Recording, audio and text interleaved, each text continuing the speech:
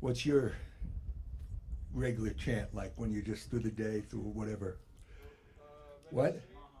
Mama Chakya.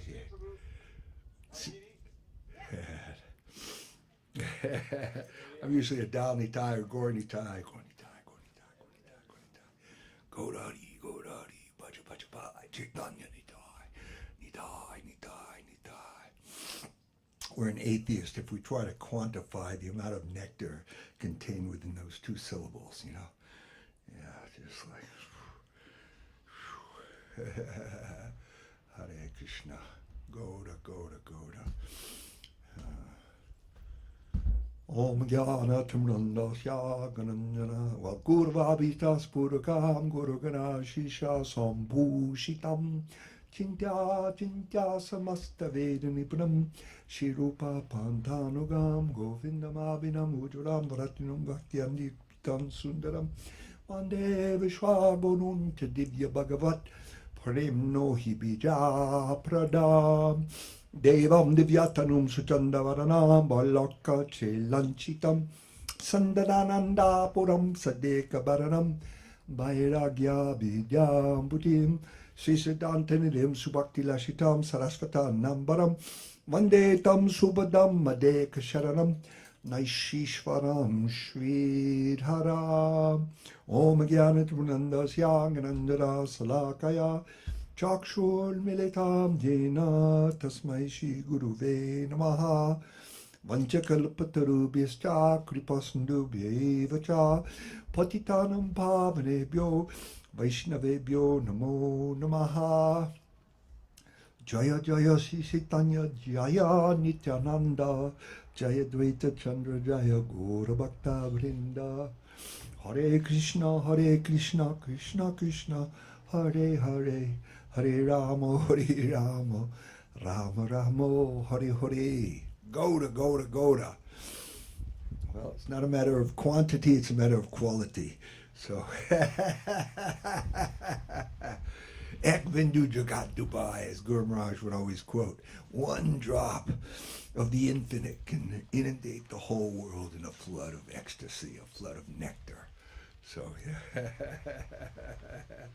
Goda. So, yeah, one drop of that nectar. And then, Guru Maharaj said that if you chanting with the chanting of Gaur Nitai Nam or, Panchatatma Nam, there are no offenses considered. So then Govinda Maharaj, so if you chant sincerely, he said you get the full benefit. So Gurudev asked the nice question. He said, but it doesn't seem, we hear that, but it doesn't necessarily seem like that's happening, and Guru Maharaj said, it's like when you're making a petal garland. You poke the needle through, you have 100 petals and you poke the needle through. It's not instantaneous, but it's almost instant. So that's it. It's just a real short moment before we're, fully nectarized. I give her a thing, and you guys can, you need the seat. Oh, well, I guess they need it. I hate being so far away from you guys, but you need a seat, so it's okay. Now, if you need to sit like that, that's okay. I just like it to be more intimate and home-like. Go. And hey, how we're doing this is just feel free to ask any questions, because questions are the, Guru Maharaj would say from the Gita, he'd say, Tushanticha Ramanticha. There's just some nectars oozing from that discussion. We get together, and one is enthusing and enlivening by inquiring in their sincere seeking mood, and that's bringing it out of the other, and in this way nectar is oozing, because everything about Krishna consciousness is nectar, is ecstasy, is Krishna katamritam, tapta jivanam rita jiva rasayan. It means it's the life nectar elixir for the soul. This is what feeds our soul. Guru Maharaj, Srila Maharaj, he would say that the food of consciousness is ecstasy. So these talks are ecstasy, and so anyways, and do you know Ginny? And this is Bimal Krishna Prabhu, an old good friend, and you've already been seeing him, Kirtan man, Formerly he was a rock star. Now he's a kirtan star. And yeah, he's one of the good ones, you know. Hare Krishna. Did he tell Dinesh that? Were you able to tell Dinesh? Oh yes, but she just got back. Oh, okay. Top of the hill, so she's. Oh, okay. Okay. No problem. Yeah, that's the problem, man. I knew with this timing, it, you know, like we're gonna have a scarce attendance, but anyways, if just one person somehow can inspire me and inspire each other, that's what it's all about, and it's like when you have one stick, it's easy to break, but if you have a few together, it becomes hard. You know what I mean, like that. So Sadhu Sangha Guru Maharaj, Srila Sridhar Maharaj would say, when we say Guru Maharaj, we're usually referring to Srila Sridhar Maharaj, and Guru Dev, we're usually referring to Srila Govinda Maharaj. He would say that in a word, it's Sadhu Sangha, associating with the devotees. We're like crystals. We reflect whatever light we're around. So when we're around the devotees, we automatically, we're engaged in these talks and inspiring each other and, serving the devotees. Actually, service to the devotees is higher than service to Krishna. Krishna says, one who says he is my devotee is not my devotee, but one who is the devotee of my devotee, he is my devotee. So, feel free to add, not only ask questions, but, add whatnot. I mean, I shouldn't even be up here on a seat like this. It just, I don't know. I thought it was maybe going to be a little more comfortable or something. Anyways, Goda. So how long have you been acquainted with Krishna consciousness? I first met devotees in 2019. Oh, okay. So a while. Yeah, but it's been a really gradual Okay. thing, Yeah. It's like, I really liked the kirtan, I liked the shastam, it was just like something that I do for fun sometimes, but then slowly, actually I think it was because of 2020 and lockdown, and I started okay. to actually get into the philosophy and start reading. Nice. Now I'm all in. Good, Now I'm in the good. deep end. That's it. That's it. You got to be all in. You know what I mean? It's, yeah. I mean, Krishna says in the Gita, Yeya tammam papadyante tams tatai vibhajamiham mama vartmanuvartante manusya partasargasya. As they surrender unto me, I reward them accordingly. Everyone follows my path in all respects, O son of Prita. So as much as we give our energy and our surrender, Krishna will give back. If we don't do it, he's like, he doesn't want to bother us. He can't force love, so, yeah. But if we surrender fully, then he will fully give himself to us. That's it. As much as every step, it was funny, one time, Gurudev was talking, he was so psychic. He was known for his psychic, mystic nature, and you could communicate with him just psychically, just mentally. And sometimes if I had things I wanted to say to him, but I knew I couldn't say them out loud for whatever reason, I would do that, and he would 100% confirm it, by using the same words I just used, or and oh yeah, so one time he said, yes, if you give to Krishna, he will give you back double. I'm thinking double. I heard it was like 100 times. Gurudev goes, yes, actually 100 times. Then another time he was praising somebody, and but this person, he does a lot, but he also makes some disturbances. So I'm thinking, yes, Gurudev, but a little harsh, a little, I like this also, Gurudev. Yeah, well, maybe harsh. Exact word. And one time he was naming this girl whose name was Rani. She was half Indian, and so he was giving her initiation and naming her. So he had Janardhan Raj and Sagar Raj, sannyasis who would travel with him, and they were throwing out word. Usually if your name starts with a letter, a lot of times he'll give you a name with that same letter. So he's sitting there and they're throwing out names, and he's going, oh my God. And then it came to me, Rasa Rani. And I never even heard that name before, but I knew Rasa Raj, which means it's the name of Krishna, meaning the king of ecstasy, the emporium of ecstasy, of all flavors and all tastes and all mellows, all relationships, the king, Rasa Raj, Mahaba. So anyways, so it came to me, Rasa Rani, and I thought, that's got to be a name of Srimati Radharani. And we don't cheaply chant. You know, some people like Jai Radhe every second, you know, Radhe Radhe, but she's so high, you know, we're like shy to utter her name, you know. It's like Gurudev goes, oh, she may be sleeping. So anyways, so it comes to me, so I start thinking, Rasa Rani. All of a sudden Gurudev goes, Rasa Rani. Unfortunately, she passed away a few years ago, yeah, out in Colorado, yeah. Yeah. And, but anyways, yeah. Yeah, he was incredible. He you know, people would come here, you know, for the first time, you know, I always want to introduce them to Gurudev. You know, they got to meet Gurudev. Sometimes you'd bring him up, and he would be staying here in that house there. And, you know, sometimes he's ready to go to take a nap or, you know, eat or, you know, bathe or whatever. So he didn't have really time to, you know, talk to the people, you know. So we'd come up, we'd give our dandavats or obeisances, and then he'd, you know, graciously, you know, like say hello or something, you know, Hare Krishna, and then he'd have to go. And I'd be thinking, oh God, they didn't like, they really didn't get Gurudev's darshan, real, you know, association.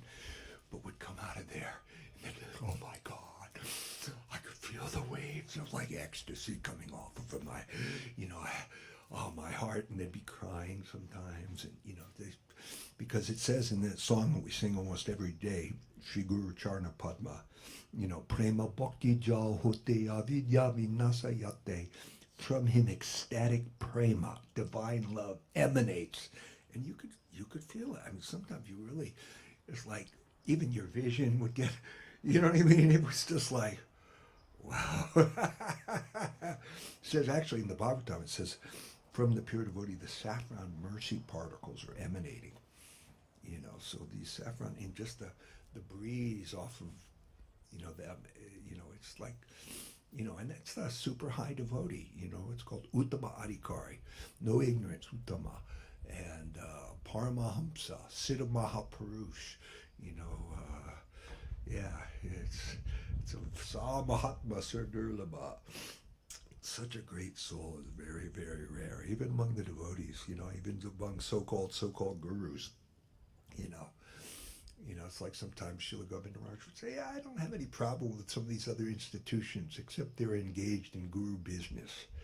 So that's it, you know, I mean, people are playing guru when they're not qualified. And, you know, I mean, it'd like be worldwide news if there was like a brain surgeon or a heart surgeon who, you know, he was just an anatomy student or something. He'd read Gray's Anatomy or watched the show a few times, you know what I mean? Or listened to that doctor, you know, the doctor on TV who's, you know, good at diagnosing, you know. Yeah, and, you know, if he was practicing medicine without a license, without, you know, 8 years of schooling and, you know, internship and whatnot, you know, but people have the audacity to think they can be guru, you know, play guru, you know, and, you know, make it a business. And heavy reaction. But one who's sincere, nahikalya lakit kashti durgatim tachta gashtati, from the Gita again. One who is sincere is never cheated. So if you're sincere in your search for guru, then you get a real guru. But you also have to study them, and you have to read about guru, like read Sri Guru and his grace, and you find out what are the qualifications of a real guru, an actual guru, a saintly guru, you know, a qualified guru. It's not a cheap thing. I mean, very rare, very rare. I mean, devotees are so rare, but then to get a real qualified guru. But if we're really sincere, well, you know, like I was originally in ISKCON, you know, but I was praying to Prabhupada for a guru like him. So he showed me his guru godbrother, Srila Sridhar Maharaj, and I saw this picture of Prabhupada looking up to Srila Sridhar Maharaj, and he was like, and Srila Sridhar Maharaj was very expressive with his hands. I don't know if you've ever seen any of his videos, like on YouTube and stuff. They're really wonderful to watch, but very speak with his hands, very expressive. And so Prabhupada's looking up to him, and I could tell, like, he's looking up to him with some reverence and, you know, love and affection and reverence, and, you know, he's his Shiksha Guru. And I said, who's that? They said, oh, that's Srila Sridhar Maharaj, you know. And Prabhupada's favorite godbrother. And I said, oh. And I was searching for a guru then. So I said, oh, is he alive? They said, yeah. And I said, does he speak English? And they said, yeah. Instantly, I thought, that's my guru. So like that, because Prabhupada, you see, it says before you have guru, you pray to Nityananda Prabhu, who's the Adi Guru, the original guru. And so for a guru like him. So I had prayed to Prabhupada, who was a Shaktivesh avatar of Nityananda Prabhu, declared by Srila Sridhar Maharaj. So I prayed to him for a guru, and he gave me his Shiksha Guru, Srila Sridhar Maharaj. That's my Diksha Guru. And one time I had a dream, actually. We were getting a house ready for Prabhupada's arrival. And, so we're all frantically cleaning and this and that. And then we go outside because he's coming. And he pulls up in his car and he gets out very regally and starts walking with his cane. And like 3 or 4 of us were standing there, Jai Prabhupada. And he turns to me and he goes, so whose disciple are you? And I said, Srila Sridhar Maharaj. Said, very nice.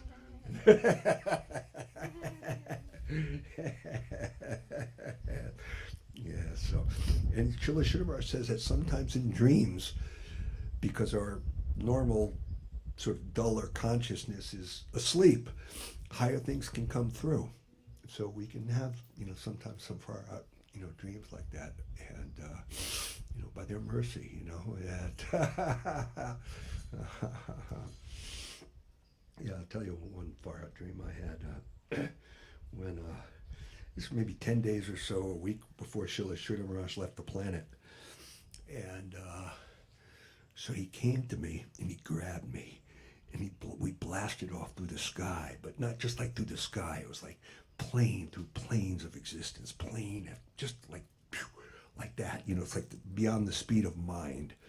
And he's giving me the name. Hare Krishna, Krishna Krishna, Hare Hare, Hare Rama, Rama Rama, Hare Hare.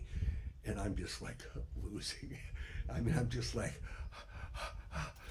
and then just like that, it was only a few mantras, and then I wake up. And it's like, there was a song that we sing, Habe Habe Bolo Se Dinamar, Aparada Gucci, Sudanama Ruchi.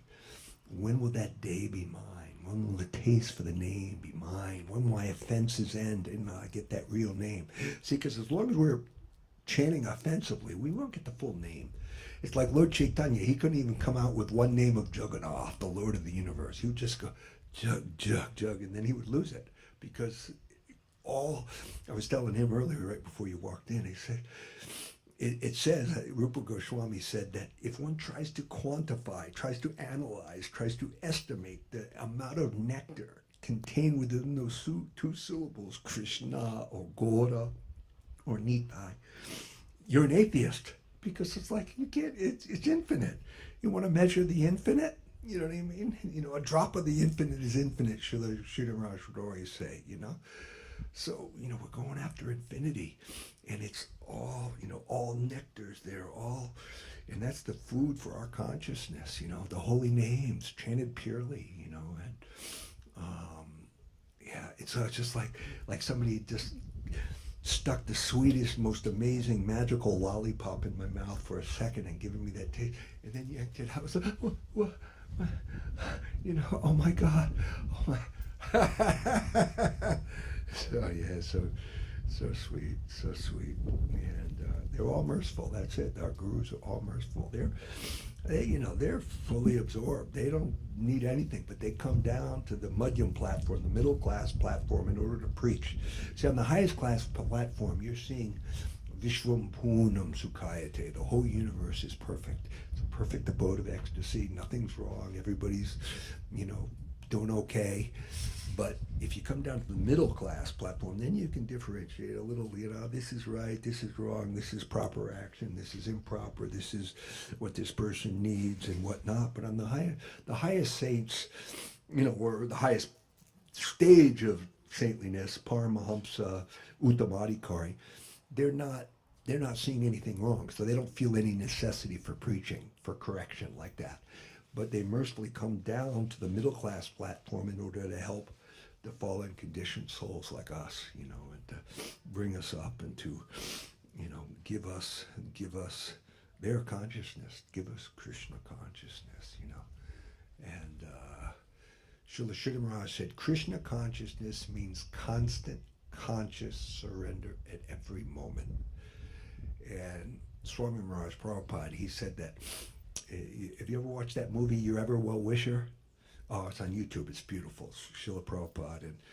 And it shows, it's a little sad though also, because they show him close to departing from this world. And he's lying there and he can, this is how dedicated he was. He's lying there. He can't even move almost. And he's still translating the Srimad Bhagavatam, trying to finish it, Yeah, he's just moving his mouth. He's lying there, just can't even move. And he's, still working on his life's, who finished the Srimad Bhagavatam. But anyways, he said, everything moving, acting by the supreme desire of Krishna, this consciousness is Krishna consciousness. So, yeah, that's, in a nutshell, those two things. Everything moving, acting by the supreme desire of Krishna, this consciousness is Krishna consciousness. So it's not that you're necessarily going to see the blue boy dart out from behind the tree and, whatnot, but you see, it's happened. Why did this happen? Srila Govinda Maharaj would be like this. Something would happen. He'd say, I'm thinking, what is Krishna trying to show me here? What is he trying to tell me? What is, seeing in the environment? Because not like Krishna Shri Prabhu was always quoting, not a blade of grass moves without the will of the Supreme. So, look, why did this happen? What's the reason behind this? What's he trying to tell me? What's, you know what I mean? All the time. That's so Sri Maharaj too. Yeah. Yeah, always, like Sri Maharaj, he would always be telling, not that he'd be sitting there, Sarvanama, Pritijam, Bhanam, whatever, but he's seeing, and, like they say, one time he was reading the newspaper, and one disciple of one of his godbrothers said, but, he's reading the newspaper. Not trying to criticize, but he's sort of asking, well, why is he, it's like mundane, the newspaper, And his guru told him, whether Srila Sridhar Maharaj is reading the Vedas or a newspaper, it's all the same. Because when you're on that platform, you're seeing, everything's acting, moving by the supreme desire of Krishna, And, we're not supposed to be ignoramuses. We're not, supposed to know a little bit if, the nuclear bombs are coming, you know what I mean? You might try to go to the basement or something. I'm like, okay, I'm just gonna, even but at the same time, they told Prabhupada, they asked him, because the Japanese bombed Calcutta during the war, Second World War. So they said, Prabhupada, what would you have done if they dropped a bomb on your head? He said, I would have thought, here comes Krishna in the form of a bomb. So I said, okay.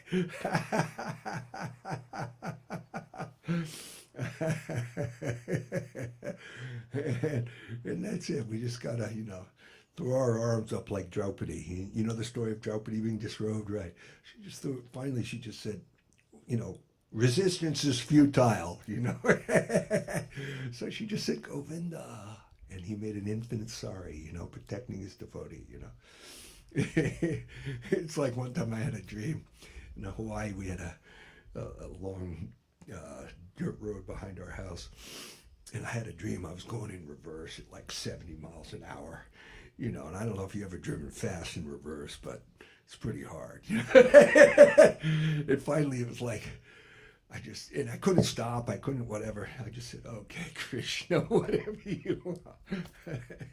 Like that, he's the supreme controller. We just gotta, we always try to control, but give it up to Krishna, okay, Krishna.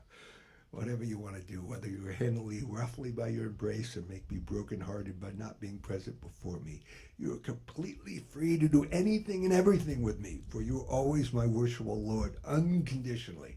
It's the last verse of the Shikshastakam prayers, which are the only 8 prayers that Lord Chaitanya wrote down. Aslisava param paravastamam adarshanam mamatam karotava itatata varahanta lumpto matpranasta saeva napara. Oh Govinda, whether you handle me roughly by your embrace, or make me broken-hearted by not being present before me, you are completely free to do anything and everything, for you're always my worshipful Lord, unconditionally. So that's it, okay, Krishna. Somehow it's all for the best. Whatever happens, that's the whole message of the Gita, Srila Sridhar Maharaj says, is don't quarrel with the environment. The environment is huge.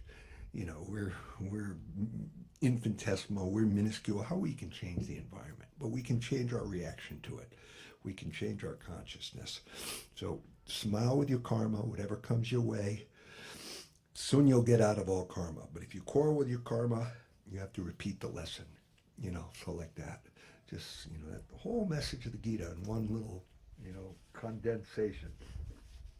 And you see, that's what the saints do. They condense the Vedas. They, like the Srimad Bhagavatam, yesterday was Guru Panim, Srila Vyasadev's appearance day, and, Gurudev. So he had written all the Vedas. I mean, the Vedas are huge. Like Srila Govinda Maharaj would say, the Vedas are an ocean. You're going to drown in the ocean. You try to, know the whole ocean. Forget it. You're going to drown. So even his guru, Narada Muni, said, well, you've cheated everybody. You've written all these Vedas, and you've talked about the heavenly planets, and you've so many enticements almost for people. You're going to bewilder everybody. You're going to get people going here and there and everywhere. You know what I mean? You didn't give the essence. So he said, okay. So then he wrote the Srimad Bhagavatam. The finals, like Srila Govinda Maharaj wonderfully puts it, the junior-most scripture with the senior-most thought, because it was the last thing he wrote, but it has the senior-most. It's called the Swaram of the Vedas, the cream of the cream. Swaram means cream. So it's the cream of the cream. So the condensed essence, which culminates in love of Krishna and Harinam Sankirtan, like that. And so yeah, we don't need anything else. We just have to, get the cream of the cream. We don't have to, gradually, like some people say, well, don't you have to go, you're trying to go for the penthouse, but you have to go to each floor first. No, you go straight. Take the elevator straight to the penthouse. Don't stop on your way. There's going to be many a slip between the cup and the lip, And anyways, yeah, Hare Krishna. Got some questions, comments? Anybody? Don't be shy. You too, you're being quiet there, my friend. Goda, Nidai.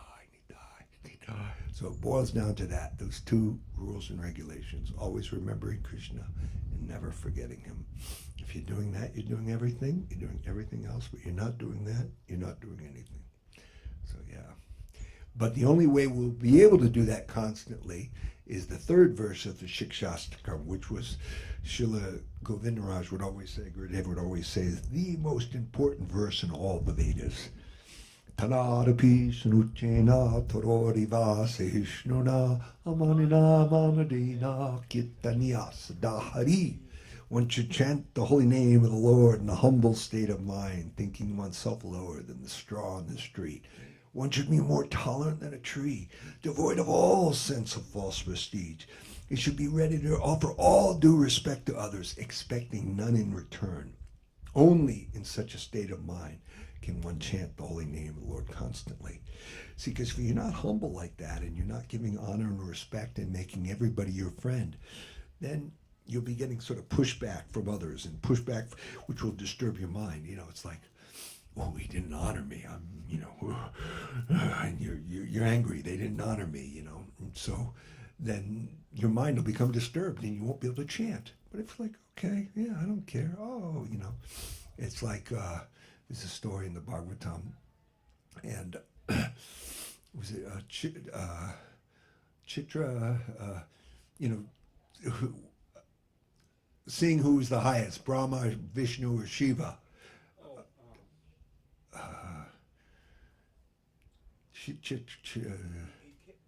Yeah, right. But what was his name again? My brain right now. Anyways, so he his father was actually Lord Brahma. So he went in front of his father, and he started verbally insulting him. So Brahma got all angry, and then he went to Lord Shiva, and he did a higher, sorry. First he didn't give proper respect to his father, and his father got mad. Lord Brahma got upset. Then he went in front of Lord Shiva and he insulted him verbally. So you got Parvati sitting in your lap like this in public. Brigamuni. Yeah, Brigu, exactly. And so then Shiva got upset. So then he went in front of Vishnu and he did like a flying leap kick, Bruce Lee. Whoa, hit him in the chest, And Vishnu's like, oh, my dear Brigamuni was a Brahmin. He said, oh, my dear Brigu, did my hard chest hurt your lotus feet? Can I massage him? So he didn't even take a physical offense. So he said, Vishnu's the highest. But Lakshmi took offense. Lakshmi, you got to kick my lord with your feet. So then she cursed all Brahmins, never to be wealthy. Never to be wealthy. The curse of Lakshmi Devi. And and then the mark of Shivats came from that too, I guess, from the footprint.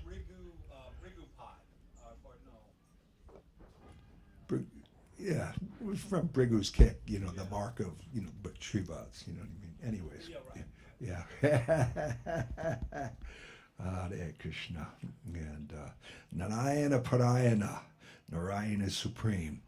Ishvara Parama Krishna Satchidananda Vigraha Anadi Radhi Govinda Sarvakarna Karna. The supreme controller is Krishna.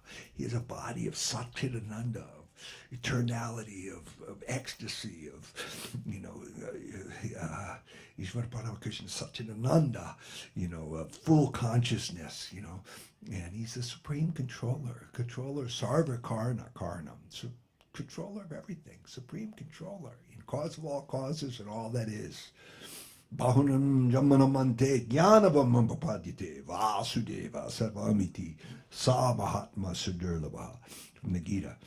After many births and deaths, one who's actually acknowledged surrenders unto me, Vasudeva Krishna, knowing me to be the cause of all causes and all that is. Such a great soul is very, very rare. Very rare. We see that. How many devotees are in this world? Jai Krishnananda Prabhu. Ki Jai. Very happy you have come. Jai Gurudev. Jai Gurudev. And Goda, Nitai. Yeah, it's all about, so Srila Govinda Maharaj would capture you with his love and affection, you know what I mean?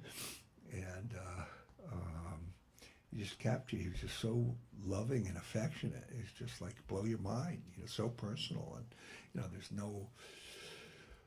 no pretension, he's the most humble, it's just, so sweet and humble and, self-effacing and, always trying to serve you. It's like, I remember one time we're there in India and it's wintertime. So even though it doesn't get that cold there in Navadvip, when it's like constantly 50 degrees or something, you know what I mean? That's cold, you know what I mean? Compared to a lot of places, it's not really that cold, but we have heat, you know what I mean? So you can come in and get cold and, you need to go out in 50-degree weather with some coats and you don't think it's cold. But when it's always 50 and you're in a cement building, it gets, yeah, exactly. And you're dressed like, with sheets and, it's cold. So somebody was sort of complaining about the cold, and Srila Govinda was like, get a heat, use one of, use the heater, use an electric heater. But then if they were turning on the electric heater in his room, he's like, Prabhu, turn that off. It's 3 rupees an hour, 5 cents an hour. I'll turn it off. For him, in other words, he wouldn't want it, but to serve the devotees, yes.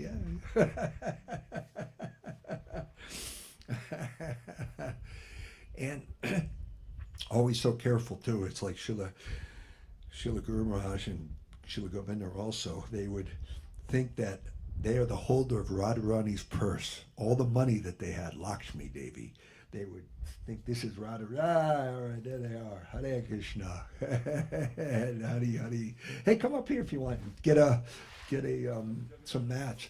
If you can. I mean, if you can't sit down, but it's nice to have you all up close and, Yes. Just to illustrate about the whole thing, for me, it was November. Yeah. Not to me, it was hot. Yeah. I had on a cotton T-shirt, and it was soaking wet with sweat. Yeah. And this Indian said to me, "Oh, you should have come earlier when it was warmer." Yeah. Oh, yeah. No, I know. The first day it'll be in India, it'll be like, I remember literally like the first day I'd be wearing a chador. It'd be like 85 degrees, you know what I mean? And just have on a chador, like no shirt even, you know. And the first day it like dipped below 80. They'd be throwing burlap on the marble floors, and they'd have little monkey caps on, and you know, like, you go through the airport, and I mean through like the train station will be 80 degrees or something, and you see little kids with like snowsuits on. It's like I'm looking at them. I want to go over there and like take it off. But that's how they're able to tolerate 120 other, you know, in the. And, anyway, yeah. But so I was saying that he would see all the money that we gave him. I'm the holder of Radharani's purse, you know. So I have to be careful. I can't. It's hers. It's not my money. I'm the holder of Radharani's purse strings, and you know, so very careful to, you know, like someone would come up in the old days. They asked Srila Srinivas, it's like, it was a half a rupee to go. What now costs 20 rupees was a half a rupee to go to town by the rickshaw. So they'd say, "Oh, I have to go, you know, doing some service, Gurudev, in town. Can you have a half a rupee?" It'd be like, half a rupee. You know, like checking to make sure, you know, now it's 85 rupees to the dollar, you know, so you could see that, you know what I mean? But just like that, no bit of waste. It's all for Krishna's service, not for his own opulence, you know.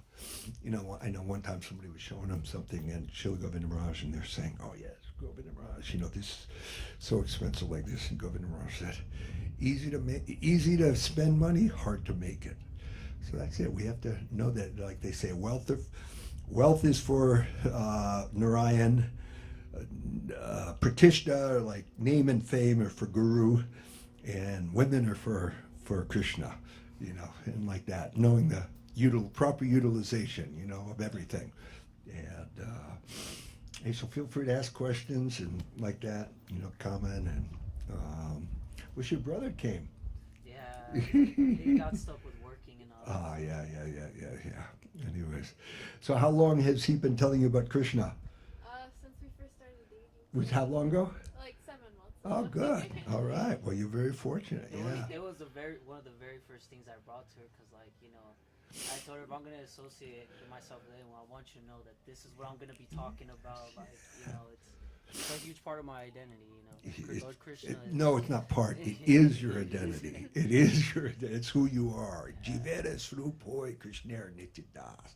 That's your real who you are. You know, most people, they don't know who they are. How sad. Can you imagine that?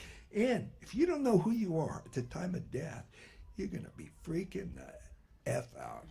Because you're going to like see your body down there, and your subtle body, your mind intelligence and false ego will be hovering up and looking down, and you'll be trying to get back in. Srila Govinda Maharaj told this beautiful story once about a plane accident, you know, and like, you know, this my leg, this my arm, and the soul's trying to get, you know, the subtle bodies. But, you know, it's not a fit vehicle anymore. You can't go into it. You know, it's your time. It's gone. But, you know, so we're going to be looking down and thinking, it's me. What? And then you see your friends and family crying, or hopefully crying around you. So you'll be sad because they're crying, or you might even be more sad if they're not crying. And, you know, it's like, oh, God, you know, and then you're there and in that ethereal body, like a ghost body, you know, you can go anywhere, okay? Hey, let me check out on, you know, you got some attachment, you can go deal with your attachments, you know, people you want to see or whatever, but you can't talk to them anymore. You know what I mean? And so, and that's why Vedically you always burn the body, because then you can't kid yourself anymore. Like, you know, otherwise, you know, like graveyards, people are still sometimes trying to get in for years and years back into the body, and they, you know, they can't. But if you burn the body, it's like, well, I better readjust my conception of myself. But unless they hear from a Vaishnav who they are, that they're a spirit soul. Not only a spirit soul, people may know, oh, I'm a soul, but a soul, what is that? What does that mean? You're just some little spark flying around, your little, candle flame, or something. What do you do? What's your relationship?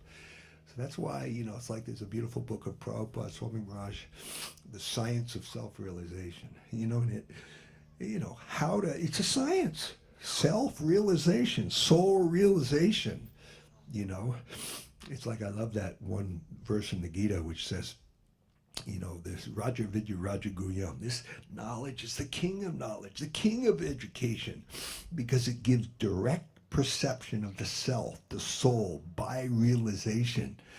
It is is the perfection of religion. It is everlasting and it is joyfully performed. So right there it says why Krishna consciousness is the king of education, the king of knowledge, the king of perfection of religion. Direct perception of the soul by this process of Bhakti-Ananda Yoga, ecstatic devotional yoga, by chanting these names, all powerful, all purifying, all sweet, all attracting names. It can reveal our Krishna Kirtana Jaya Siddha Swarupa, from a song of Srila Bhaktivinoda Thakur's. It says, by this Krishna Kirtan, we can get Siddha Swarup. Our Siddha means perfection. So many yogis, they want, there are different cities they're going for, like, oh, I can manifest things at will. I can make myself smaller than the smallest. I'm bigger than the biggest. I can, withstand fire. I can, who knows, all these little worthless cities, basically, worthless perfections. But the real perfection is to, reveal find out who we are. Siddha Swarup, Krishna Kirtana Jaya Siddha Swarupa. So this Krishna Kirtan will reveal our real form, our perfected form. And like, wow, we'll know who we are. Prema Pumarta Mohan, that's the goal of life, to develop love of Krishna. Most people have no idea what the goal of life is. Oh, be a good person, make a lot of money. He who has the most toys at the time of death wins. You're freaking dead. How you won? The rat race. Exactly. Rat. Yeah, and He who wins actually loses the worst. yeah. And it's sad, actually. It says that the Vaishnava, the real Vaishnava, he's Paradukkha Dukhi. His supreme sadness is just seeing the sadness of others. He has no sadness for himself because he's knowing Krishna is arranging everything, and he has that faith that, okay, even my troubles, they're burning up my karma, and he's probably minimizing my karma. I really deserve so much more, but, it's like they say that sometimes for a devotee, let's say they stub their toe and they should have gotten their whole leg cut off in an accident or something, but Krishna mercifully just gave them a token reaction, like that. And,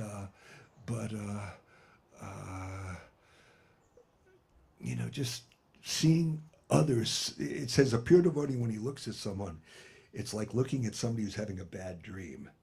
And Srila Govinda Raj would always say, just like if somebody's having a bad dream and they're being attacked by a tiger in their dream, you don't enter into their dream and shoot the tiger. You just wake them up.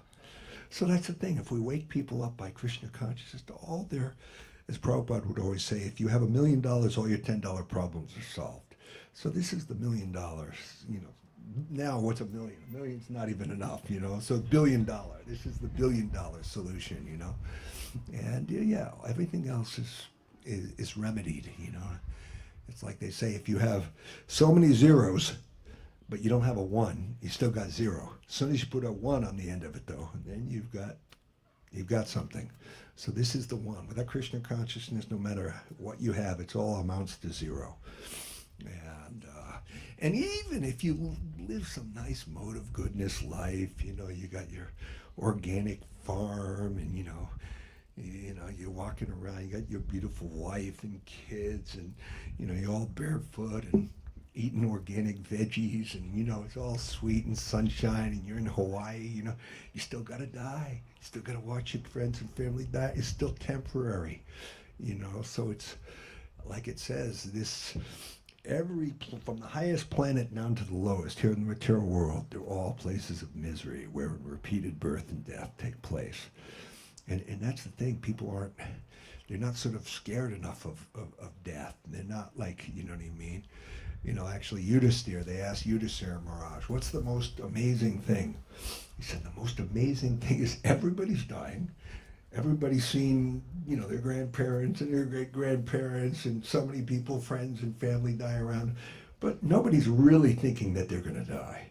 And that's it, you know what I mean? It's amazing, and we don't. And I think it's partly because of the fact that we do know deep down inside us that we are eternal and we're not really going to die. But still, if you don't know who you are, once again, you're going to freak out at the time of death. You know what I mean? Yeah. I've actually thought about, like, say, you're doing a seminar and, you tell everybody, okay, right now, you're dead. Think about it. You're dead. Okay, what are you going to do? What, you know what I mean? And I bet you a lot of people would start crying, and you know what I mean? If you really got into that meditation on I'm dead.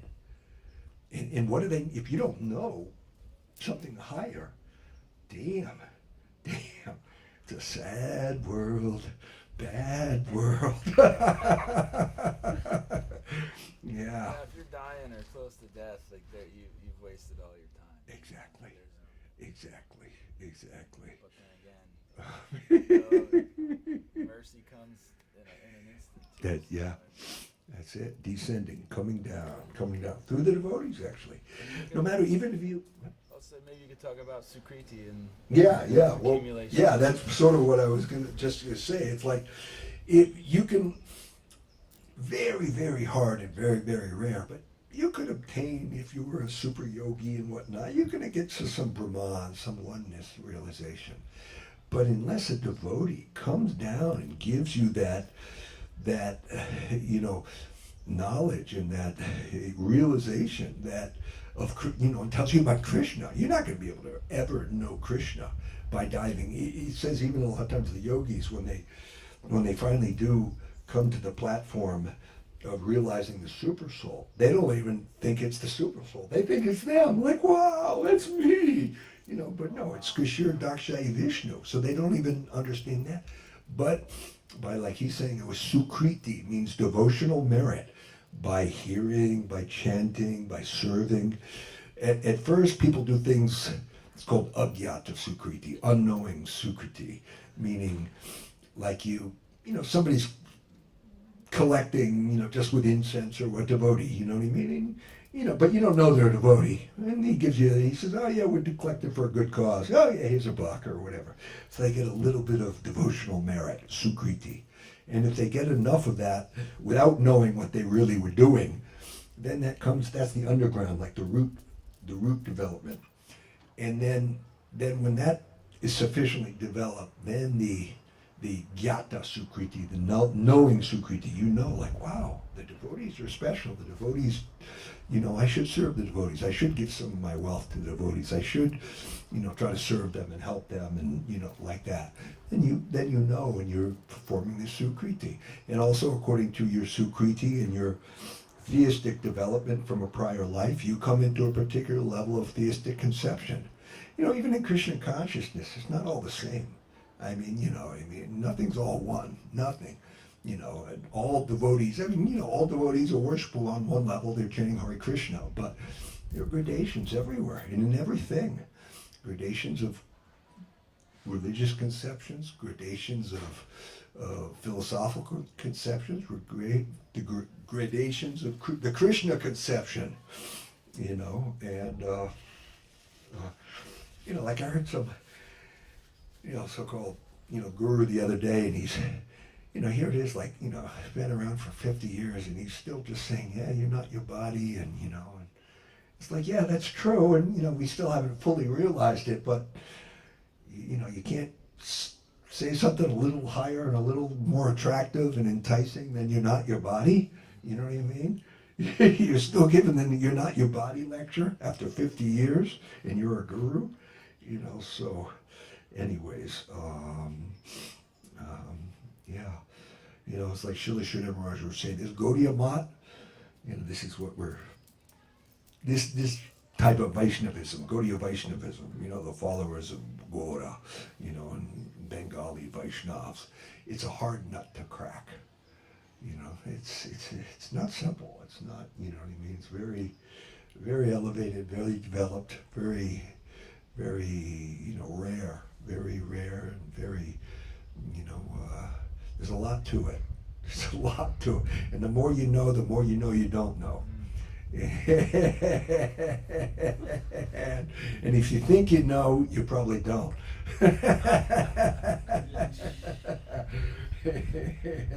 It's like even Srila Bhakti Siddhanta, our great-great-grandfather, our great-grandfather guru, he used to, they'd say, wow, he was so, a ray of Vishnu, so amazing, but sometimes they say, oh, you're such a master, and he'd say, no, but, I'm still a student, but I'm like a monitor in the classroom. I'm still a student, but I've given the position to look over the class a little bit, like that. He give himself that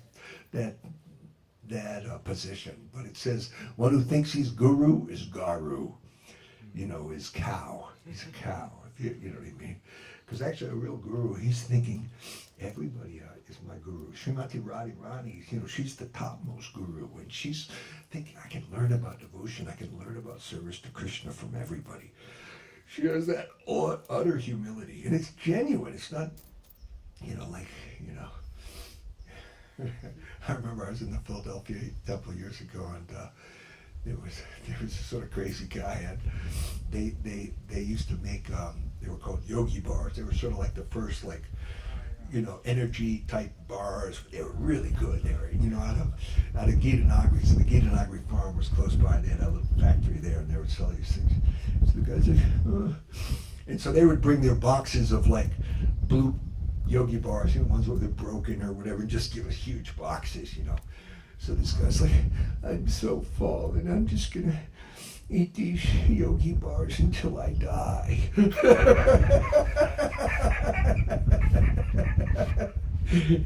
He never died, but he ate a lot of yogi bars. They were real good. It was funny too. It's like he was talking about the Sukriti. It's like the Hartford Temple. I originally joined was going to the Hartford Temple, but before I ever went, there were these things called energy crunch bars, which were, once again, they were before any bars were on the market.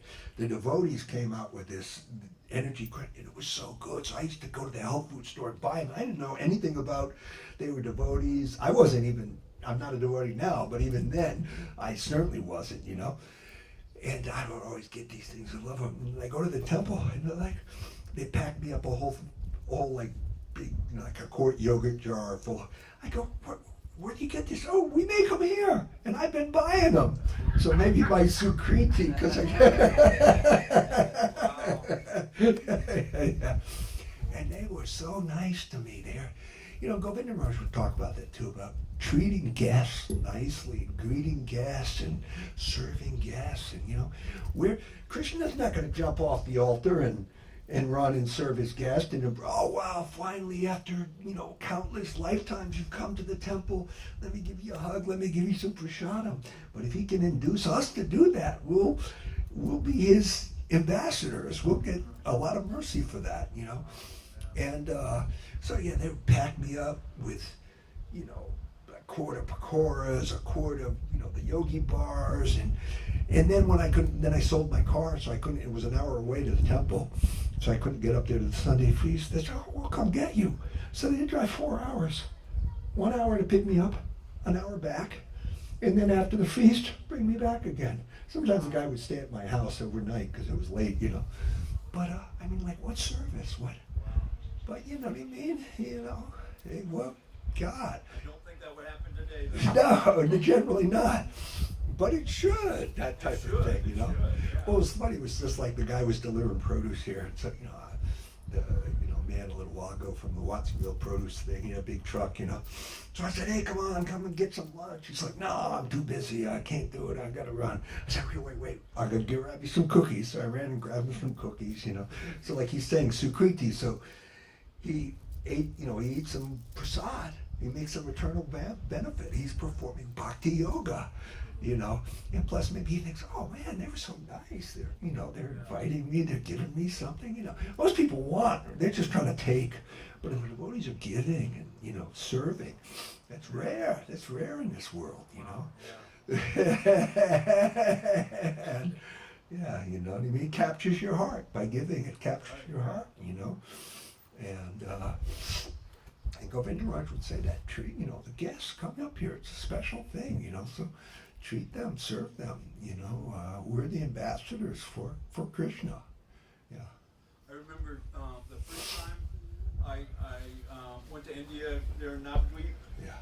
And he this was before he'd done any world tours, so he'd only been in India. But he's the acharya for all of Sri Chaitanya Saraswat Math, and I'm like a nobody, and I had come in and they called me up to his room, and he's like asking me, "Oh, Prabhu, did you get some prasadam? Do you have proper bedding and stuff?" It blew my mind. He's like the world acharya.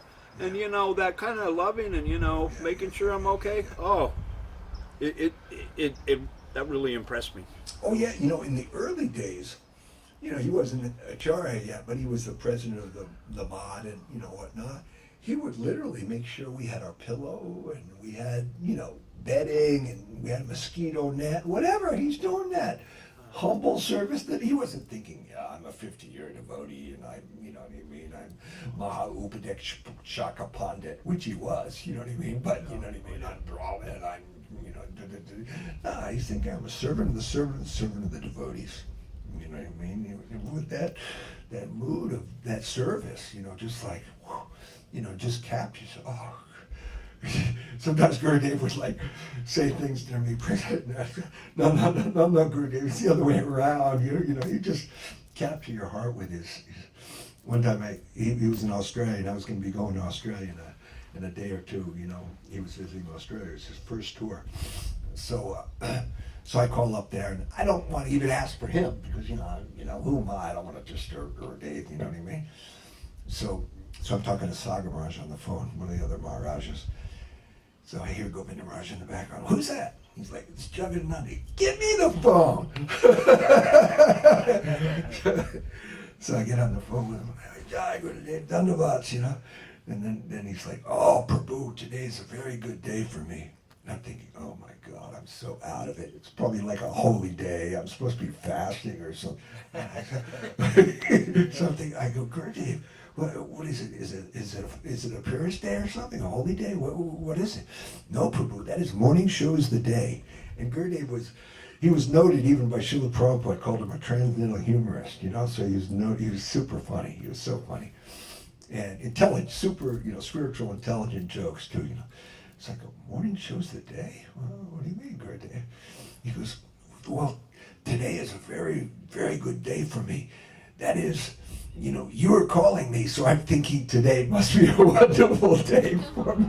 No, Gurudev. But he's just like, oh, Gurudev. Oh, man. I remember once we're sitting here in the room with, there's like 30, 40 people in the room, and then there was this devotee, he's passed away now, but what was his name?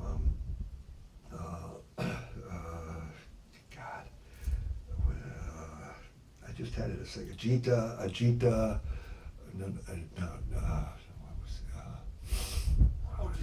Jitendra Mohan, yeah.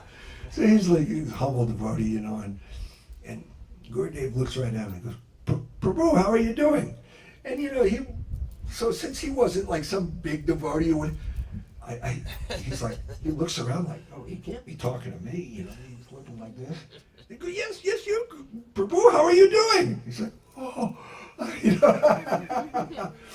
And I'll tell you, he was a miracle too. He fell off his bike, going down here on the road, and major brain damage. Oh my God! In the hospital for 4 months in a coma.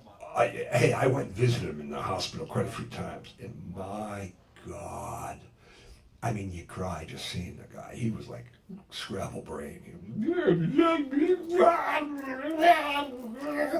And he came out of it. Totally came out of it. Gurudev, I mean, it was a miracle. this guy was like, you couldn't get any worse. You know, yeah, it was like, wow, miracle. And Janardhan Maharaj didn't mention it, but he was talking about the guy who drowned in Brazil. This was on Govinda Maharaj's tour, and the kid drowned. I mean, he'd been under the water for like 15 minutes. And Gurudev really, it was because of Gurudev, Gurudev's like, no, this can't happen, not on my tour. Yeah, and was it some special day too? Yeah, I'm not sure, but somehow it was by, once again, Gurudev's, special influence that this kid came back 15 minutes under the water. Yeah, I mean, that's... yeah. And, it's like, no, Krishna, okay, change it. Like sometimes they say, like, when you're chanting in front of the deities or you're chanting Hare Krishna, all your lines, your astrology lines, what's going to happen to you, they're changing. Because, yeah. So Gurudev, it's like, even Gurudev, his chart was such that he was supposed to only live 64, I think. He's only supposed to live till he was 64 years old. So, and he was a master astrologer. And so Guru Maharaj had said, no, you're going to be the Acharya, you're going to be the Guru. I picked you from when you were 17 years old, when you first walked in the mat. Within a week, I declared you was going to be my successor, and you're my successor. And he said, no, but look, I'm going to die. I'm going to die young. You know what I mean? And he said, forget your chart. I will rewrite your chart. So Guru Maharaj had that power. So he said, I'll give you 20 years, and. So anyways, so he lived almost 20 years more. Yeah, close. Not quite, but you know what I mean.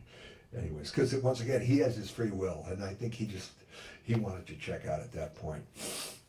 Sadly enough, for all of us, that was the saddest day ever, And it says nothing's more sad, the greatest sadness is the separation of a Vaishnava. Were you there at the Matha when he passed away? Yeah, I was there, yeah.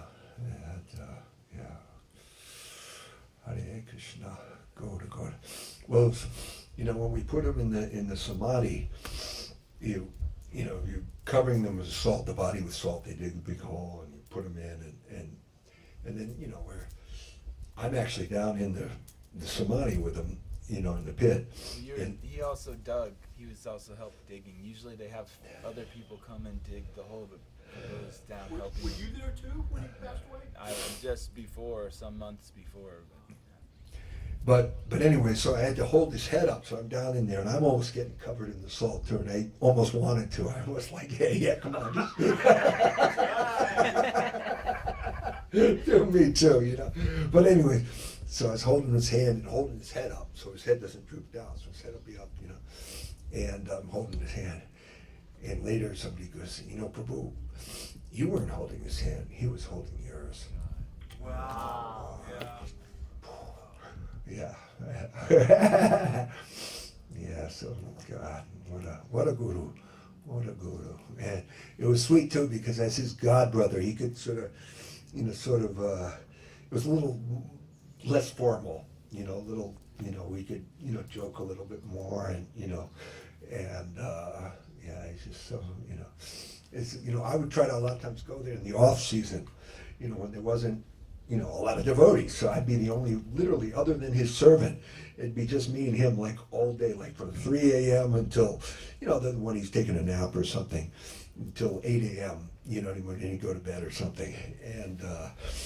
And all I ate for like, a month and a half or whatever when I was there was his remnants, morning, noon, and night. That's all I would eat, And, but anyways, sometimes I think, I'm sitting here and I'm not always asking questions. I'm just sort of sitting there, and it's like, I know sometimes it's like myself, if I was with somebody and, they're never like saying anything, they're just sitting there. It's like, man, give me some privacy,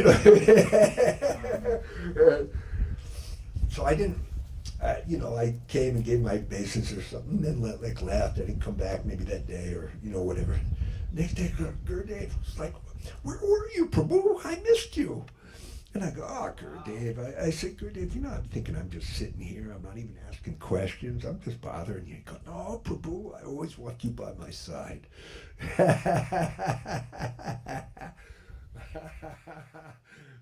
And he gave me a big hug like that, you know. And yeah, one other time, this devotee who was, you know, like a senior devotee there, you know, he's like, no, well, we shouldn't think this is our home. We should just think this is, you know, we're guests here. And I didn't like that at all. First of all, I didn't accept it, but I told Gurudev, I said, Gurudev, you know, the senior devotee, he said that, you know, this is just our, you know, we're guests here. But I said, I didn't like that at all. It made me very sad. I'm thinking that this is my father's home, Guru Maharaj. This is my big brother's home, your home. And in this way, this is my home. Gurudev got up and gave me a big hug and said, yes, Prabhu, this is proper consciousness. You know, I'm a disciple of Guru Maharaj, and Chaitanya Saraswat Mat is my home. Once again, our conception and our thoughts like that, if we're thinking that at the time of death, once again, what will we do? We might take birth again there in Chaitanya Saraswat Mat, or, you know, nearby, or, you know, like that, you know. It's like Gopal, he lives 50 yards, this servant of Gurudev named Gopal, he lives 50 yards, he was born 50 yards away and grew up 50 yards away from the temple in India. And then he became Gurudev's servant, you know. But so, once again, if that's our conception, for a few days he was talking like this. This is proper conception. I am a disciple of Guru Maharaj. You know, that's who we are. Our name, like when we have a name, it adjusts our ego. You know what I mean? We're thinking, you know, our spiritual name, that will purify us, you know, like that. You know, where if we're thinking we're just some stupid mundane name, what's that going to do for us at the time of death? Even one time, you know, they were, you know, old Prabhupada disciples, and they were calling their kid, he had a spiritual name, but he also had a mundane, you know, a regular karmi name. And they were calling, you know, the mother was calling the kid, you know, Dave, you know, well, anyways, I won't say the name, but anyway, yeah, Charlie. Gurudev's like, what? What is this? Well, I cannot believe it. This is also for the parents, you know, remembrance and for the child's benefit, and they're not using the spiritual name. He was shocked, and, you know, because how are they going to be benefited? Who's going to be benefited by that? Nobody. And anyways, yeah, so all these things, you know, they're Bhaktiananda Heart Yoga. You know, this is what we're performing, and, you know, and by hearing about this, you know, the devotees getting together, and, you know, I started off before you came, Tushanti Cha Ramanti Cha. Guru Maharaj quoted that from the Gita. You know, it is just some nectar oozing from that discussion. We get together. You know, we're talking about Krishna. We can feel it. And like Guru Maharaj would say, we may be two, but we will feel the presence of a third. Krishna, you know, he's not different from who talks about him. He's there. You know, where I say somebody's name and they're not there, it's not going to make them appear. But Krishna, if we say his name, Gora, Nitai, they're there. You know, they're there. And especially Gaur Nitai and Panchatattva Nam. You know, if you chant their names sincerely, Gaur Nitai, then, you know, they'll be there. And yeah, so that's it. Cry out at every moment, Gaur Nitai, Nitai. You know, and unite for Krishna consciousness, you know, and yeah, make a Krishna-centric relationship, you know, Krishna in the center of your relationship, and serve, like they say, two together are more powerful than, you know, 1 + 1 seemingly equals 2, but actually if you're together for service, 1 + 1 equals, you know, like infinity, you know, it equals way more than 2, you know, so yeah, to unite for service in a Krishna conscious, you know, like he has a beautiful family, and, you know, wonderful sweet kids. They're all, you know, wonderful wife, and they're all serving here and all happy, and you know, it's so nice. It's so wonderful, sweet, you know, and yeah, Krishna. Everything about Krishna consciousness is sweet. You know, Guru Maharaj would always go, Madhuram, Madhuram, Madhuram. Sweet, sweet, sweet, so sweet. It's so sweet. You would be tasting it. You'd hear him just, you know, he would be relishing it, just saying it, how sweet it was. He would relish that sweet. Sweet, it's so sweet, sweet, sweet. Yeah. So yeah, Hare Krishna. Goda, Goda, Goda, Goda, Goda, Goda, Goda, Goda, Goda, Nitai, Nitai, Nitai. And but Guru Maharaj would say that's one of the things about this is called Vani and Vapu. Vani is the instructions of the spiritual master, which you get from hearing his tapes and his reading his books and whatnot. But then there's Vapu, the personal association of the spiritual master. And he said, by this Vapu, you can see their etiquette, and then you can see their practical dealings. And that's it. So unfortunately, sometimes we see that people didn't have so much Vapu, personal, so they don't know the etiquette. And when they don't know etiquette, like Guru Maharaj said, etiquette is the jewel on a Vaishnava. And so etiquette makes for sympathetic dealings with the environment, with nature, with the society. And you see, that's why even in the mundane society now, husbands and wives, they don't know how to properly relate in an etiquette. Kids don't know how to relate. Kids will chastise their parents, and so many things, you know what I mean? And so society, the young don't respect the elders, and so society breaks down. So same thing in a Krishna conscious society, when there isn't that etiquette and that proper respectful dealings, and giving honor and proper honor and like that, that creates disturbance. And so we have to learn this etiquette, and yes. About etiquette, does etiquette, is there a ceiling to etiquette? Because sometimes I feel like etiquette feels there's Formal, formality yeah. there, and then if the ultimate goal is love, Yeah. love is intimate and there is no formality, so then, but does etiquette still play a part? Does it always? The Guru Maharaj would always talk about substance and form. And substance is, all important, but form isn't unimportant. So that's what sometimes people try to think, it's all about substance, forget the form, we're not formal. But it's not that the form isn't unimportant. It's like Guru Maharaj gives the example of the breath is the life-giving substance. That's what, prana, that gives us our life. But we get that through the form of the nose. And he says if there's an obstruction in the nose, you get a tracheotomy, but it's not that I'm just going to get a tracheotomy because I feel like getting a tracheotomy. You're not going to, spite your nose, the old expression, you know what I mean? You're not going to cut off your nose. So there's a fine line there, and it's not all, it's ultimately boils down to substance, even with etiquette. It's like if there's a boy who's a super pure devotee, then, he's the most senior, highest, worshipful, even with etiquette toward him, but he will also be acting because he's, as a boy, like Lord Chaitanya, here he's the Lord himself, but like a Dvaitacharya, who's also, the Lord, but he's Mahavishnu, he's not Swayam Bhagavan, he's not Radha and Krishna combined. See, Lord Chaitanya is Radha and Krishna combined. Shri Krishna Chaitanya, Radha, Krishna, Nahi, Anya.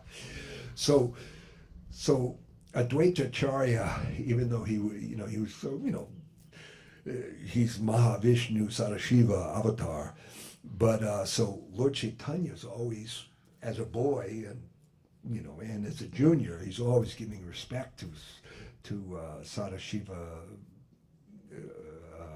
Mahavishnu Avatar, Advaitacharya. But Advaitacharya didn't like this because, he knows, no, you're higher than me, type thing, So finally, Lord Advaitacharya would act in such a way that finally he had to break the etiquette and show that and he sort of like chastised him, or I can't remember the whole story, but Preaching Mayavadi. yes, exactly. So he was preaching the Mayavad philosophy to piss him off, to get him. So he would chastise him. It's so you're like, why are you doing? So Mayavad is impersonalism. It's like, yes, you're one, I'm God, you're God, we're all God. You know what I mean? And so Lord Chaitanya, like, why are you doing this? And Slapping him. yeah, exactly. And his wife said, "Oh, please please, he's an old man. Don't hurt my, yeah, don't hurt him, please, yeah. And he's begging for him. So yeah, he crossed the formality like that, you know what I mean? But then Advaita Acharya was very happy because that was his whole point. He wanted to, get chastised and wanted to show that, no, you're higher than me, like that. So yeah, at a certain point, I mean, in the loving, it's like a wife in the intimacy of the bedroom or whatever. She can lovingly chastise the husband, but it's with love and whatnot. So seemingly go against the servile, and even the mood of Srimati Radharani. She's a what's called a left wing gopi. They can sometimes chastise Krishna. They can, whereas the right-wing gopis, like in the camp of Chandravali, they're always in the mood of like Lakshmi, very sweet and servile and, like that. And that's why the incarnation of Chandravali in Dwarka as Rukmini holds the highest position, whereas in Vrindavan, the left wing, Srimati Radharani holds the highest position as, what I mean, like that. And, with some transcendental, anger sometimes almost like that, and back to like Paramahamsa vision of like Srila Gurudev. Srila Gurudev was, he was a diabetic at the end, and plus other things. He couldn't eat everything, but he'd be eating with some of the devotees, and they'd be getting all these different preparations that he couldn't eat. And so this is Gurudev's vision. So he quoted some verse which with Radharani, it said, she goes, it's bad enough that you're going to some other gopis kunja, gopis area, you know what I mean, forest or whatever, playground. But do you have to go through my garden, through my kunj to get there? So, this is his transcendental vision. This is what he reminded him of, you know what I mean, that they're serving in front of Gurudev other, offerings, but like you have to do it in front of me. So because in the highest position, actually, the highest position of Guru is Srimati Radharani.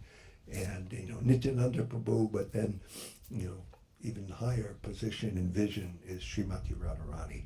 One time, this young girl was here and she said, Gurudev, can you tell me something about fairies? Are fairies real? Do they exist and whatnot? Gurudev goes, how old are you? And she goes, I was 17. He goes, well, then this is an appropriate question for you. He goes, but usually we're not interested so much in these things, So then this other devotee said, he goes, I thought I had to bring the questioning to a higher platform, which generally I don't think I'd want to have that type of thought, But anyway, so he says, Gurudev, is it true that we should see the Guru, we should see the Guru as like, what do you say? You see the Guru as like Radharani? And Gurudev goes, you know the answer, and if I tell you, you will forget in 7 days.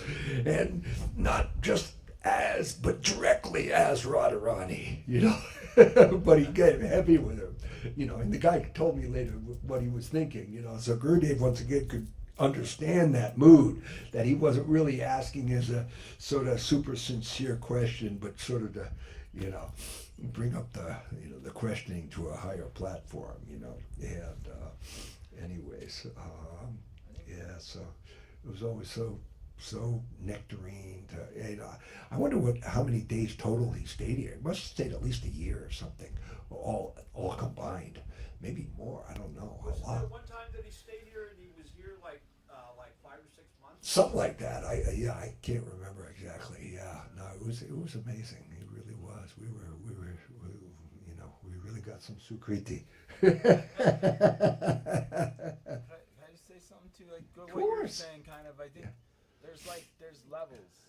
Like we're not all at the highest level. We're not all at the highest platform. But so we have to show respect. Like there are devotees here at all different levels. I mean, we should respect everybody. Trinada Pisa Nichana, but we have to be very careful too to not commit offense. Yes. So there's things in place for us to respect other devotees And in Sri Upadeshamrita, Srila Rupa Goswami also talks about how we should, greet like different levels of devotees. Like they said, people who are chanting Hare Krishna, then we might greet them in our minds, and like those who are initiated, then we can offer our dandavats. And he speaks about different levels. So, and like speaking about love, we also have to understand like what love is. I mean, everybody, that all comes down to sincerity and like what we're willing to give, from ourselves, because sometimes our love is selfish, and that's not necessarily love. Like if we're seeking something for ourselves, like on the highest level, it's full self. Like you're giving your full self.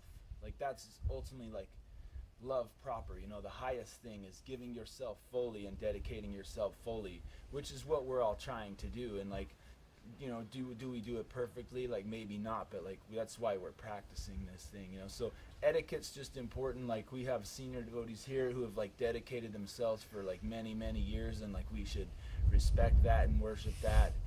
They've had the association of great devotees, and it's something that we have to, we can learn from them, we can help serve them, and it also helps ourselves, because like I always think about it in Chaitanya Charitamrita. He says, we might take millions and millions of births, but if we're fortunate, then we'll come across a pure devotee, and like we've had contact with the pure devotee, like we've had that association. So Sukriti is really important. Just by being here, by performing some seva, if you're here and you want to participate, if you see something and there's a garbage overflowing or anything like that, is, if you're in it, comes down to your consciousness. Like it's not just here, we're not just here to work hard. Like it's not about working, it's about giving ourselves in the proper mood and the proper consciousness too. And that's giving ourselves, and that's where love comes from, is by sacrifice ultimately. So there's just some thoughts I had on your question. It's a really good question. Actually, I have a thought also, if I can add. Yeah, Think of course. something. If you think about with like art, like jazz or painting, you're supposed to learn how to do things correctly, perfectly first. Like as a jazz musician, you learn how to play it in the 4/4 time signature with the right, structure and everything.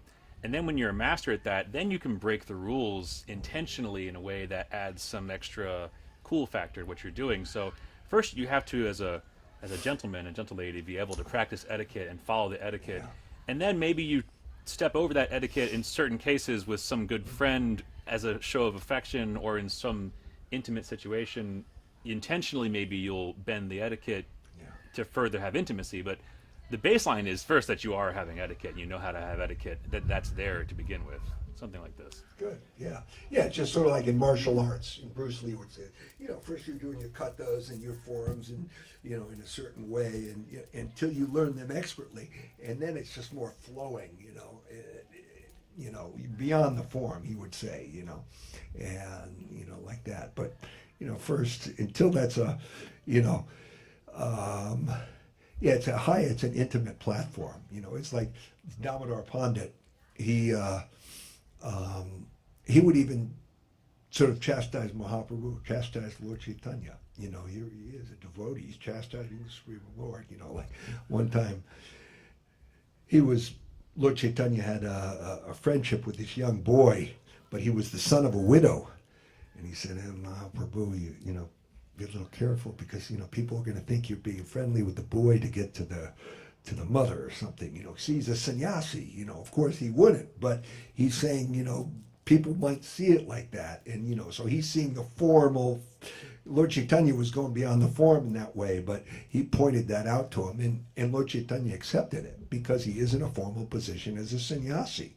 So he didn't want to do anything that would jeopardize the respect of sannyasi, or respect of him for himself in that way. And but he crossed over to sort of correct the Supreme Lord, and he was known for that, for being able to point out subtleties of the foibles of actions of the devotees and whatnot. Know what is the proper standard, and like that. Because there is a proper standard, and like that. And sometimes people, I don't have to. They think they're beyond form when they're, they don't know the simple katas, they don't know the simple jazz beats, and then all of a sudden they think they can just just make some garbled gobbledygook. You know what I mean? Can you explain the shloka about the mat entrance, the Pujala Ragapata Gaurav Bange, like this? Yeah, puja raga bata gora vange, mata harijana kirtana range. You know, it's like basically this path, this pata, this, you know, we keep it on our head. It's all worshipable. We'll follow the form. We'll follow the you know, in one sense, almost like the vidhi. You know, but we'll worship those great souls who are following this raga marg, the path of divine love, spontaneous love. But we'll keep that on our head. We won't just, you know, Guru Maharaj would always say, fools rush in where angels fear to tread. So, you know, in that way, if we think we're just, you know, we're like Nityananda Prabhu, we can do anything and everything, like Guru Maharaj would say sometimes, and they will do anything and everything in the name of anything and everything. So we can't do anything and everything in the name of anything and everything. You know what I mean? But Nityananda Prabhu can do anything and everything. But it won't be in the name of anything and everything. It'll be in the name of Mahaprabhu, or the name of, you know, like that. Yeah. I heard that actually Srila Govinda Maharaj made an adjustment to the original. Yeah, he did. Yeah, the original by Srila Bhakti Siddhanta was Vishaya Range. And he changed it because he thought that was Vishaya. Yeah, okay. Anyways, and you know, Vishaya, it was harder to understand. It was very high, so he changed it to Kirtana Range. Yeah, it used to be Pujala Raga Bata Gaurav Bange, Matara Harijana Vishaya Range. And you know, and that's how high Govinda Maharaj was, that he can change his Param Guru, his not grandfather, but his great, you know, guru, his grandfather guru's, you know, wording to Kirtana Range, to make it, and Guru Maharaj, you know, fully embrace that and put it as the words above the mat. And that's what Lord, and showing in that, you know, almost like we showed in the play today, you know, holding it up above our head, you know what I mean? We're down below and this is all above us, you know, so yeah, keeping this, you know, always with this mood of, you know, everything is above us, you know, and in that way, you know, Prabhu was talking about, like, if we can do something to get that Sakriti, like, I remember my first experience, I had been homeless, and then I heard that the temple would let people stay there. So I went there, and, you know, they're letting me stay, so, you know, of course I'm thinking, you know, I should help out or something. So one of the devotees, and before I was initiated, my legal name was Jesse, so he said, you know, here, take a broom, go and sweep somewhere. And I swept, and he said, now you are Bhakta Jesse. And I was like, wow. So it was kind of like a practical thing, you know, this is what makes you a devotee, doing some service. It was funny though, at the Mat, when they heard that we would immediately be called Bhakta, you know, in ISKCON, they immediately, you know, you join, like he says, you know, one day, you know, instantly he's Bhakta. And they was like, wow, Bhakta, you're Bhakta. Ooh, you know, in other words, like, that's a high thing. You're given that high title right away. Wow. Well, that's but that's one of the reasons why we say to the devotees, you know, to the men, you know, Prabhu, you know what I mean? Yeah. Not that we're, you know, Devi Dasi to the girls, so we're also respectful to that. But the point is, Prabhu, master. We're calling every, you know, Bhima Krishna Prabhu, Krishna Jaya Prabhu, you know what I mean, like this, you know, and Krishnananda Prabhu, you know, we're all. And hey, I gotta say, I've forgotten your name, Prabhu. What is it? Yahir. What? Yahir. Yahir. Okay. So you're not initiated yet? No, I'm not. Okay. Yeah. I thought you were. That's why I was thinking you were. Your brother is, right? No. He's not either, huh? Sorry. Ananda Okay. Krishna's his cousin. Oh, that's it. Okay, that's it. Because you were the three amigos together. Okay, so that was why I thought maybe you'd all done it, but okay, good. And but yeah, so Bhakta is a high thing, Prabhu's a high thing, you know. It was funny because one time, you know, there was this Prabhu, and I knew him as Prabhu for a while, you know, and then he took sannyas. And I accidentally called him Prabhu. I was sitting with somebody else, and I said, "Hey, Prabhu." So I'm calling him Master. And he freaked out. He went, "That's Maharaj!" You know, he got angry instantly just because I called him Prabhu. And both me and the other devotee just busted out laughing, like, you know, like, wow, what an insult! I called you Prabhu, you know. And but yeah, and sure enough, within a couple of years, he was gone. I mean, he's finally come back, but you know what I mean. You can't have, you know, you get disturbed if you get disturbed like that in your mind when you're not respected. Oh, I'm a sannyasi, I'm a this or that, you know what I mean? Then you'll be disturbed and you end up going away, you know, if you don't get that honor that you think you deserve. But give that due honor to others and expect none for yourself, you know, and then you'll be able to chant the holy name constantly. Kirtaniya Sada Hari. Constant kirtan about Hari. Yeah, and the only way to do that, once again, Srila Govinda Mela said, if we make everybody our friend, by giving them, you know, love and affection and respect, then everyone will be our friend, no one will be our enemy, and in this way, we'll be peaceful. We'll be able to chant. Like one time I was in, you know, in like Compton, New Jersey or something, which is like one of the heaviest sort of slums in America, you know, not Compton, so what's it called? Yeah, near Giri Maharaj's. Yeah, his other house. Yeah, but anyways, it's a real bad place. So I'm putting gas in my truck, you know, and this, you know, all of a sudden this big black guy goes, "What are you looking at?" And I go, "Oh, I'm just smiling at you." He goes, "Oh, okay." You know, because I gave him honor. You know, I said, "Oh, I'm just smiling at you." You know. Yeah, totally diffused the whole thing, and he was, "Oh, okay, that's cool." Or if I said nothing, "Oh, nothing." What? I'm nothing.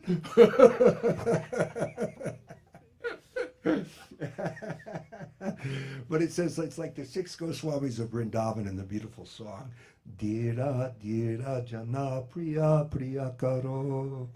You know, they were dear to the gentle and the ruffians alike because they're completely non-envious. They're not looking at you and thinking, "Oh my God, this is a low life. This is some bad, you know, whatever, you know, and just a sinful, you're a sinful one." No, they're seeing the spirit soul and they're giving honor to that. And so people could feel that and think, "Wow, he's not, you know, he's still loving me even though I'm a murderer and I'm a this and I'm that."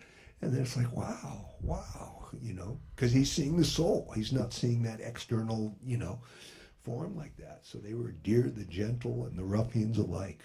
So that's it. If we give that loving honor to people, you know, and don't, you know, don't judge them, you know, give that, you know, like you're saying, you never know. It's like one time there was somebody, I can't remember the whole story, or something maybe with Ramanujacharya or Jamunacharya, and they said something like, "Who will be the next guru?" And the guru said, "That bull."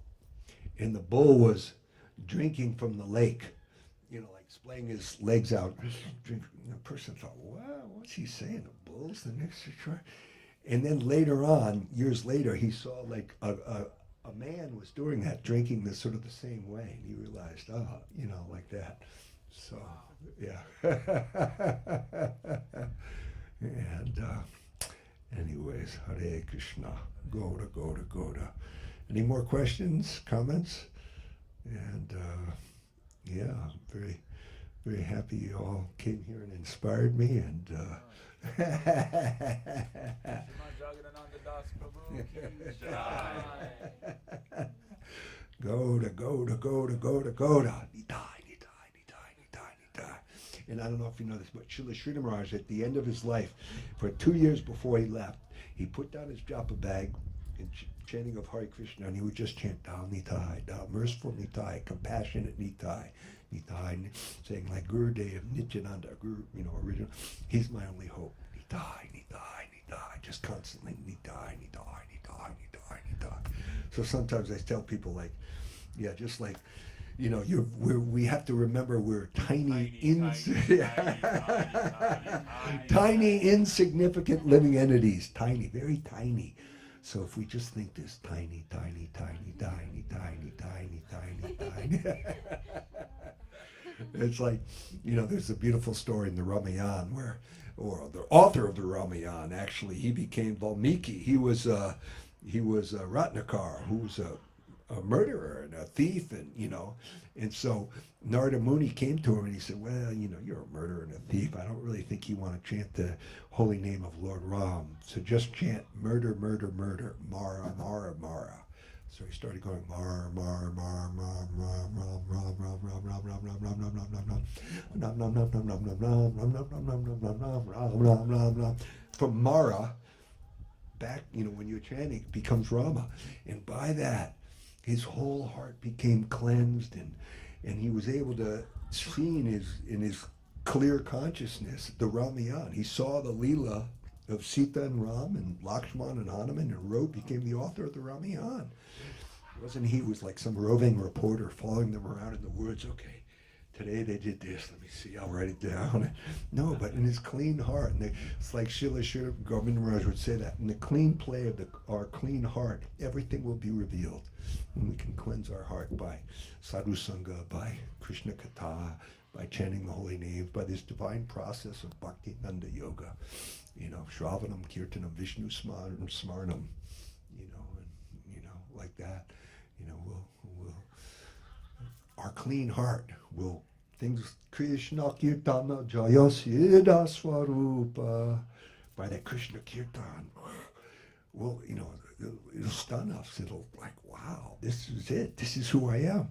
You know, I mean, you know what I mean? I'm a, you know, enter the Leela of the Lord. That's it. We want to be. He's trying to invite us back to play with him, and it's not just, you know, play with Krishna, but play in the Sankirtan movement of Lord Chaitanya. And you know what I mean?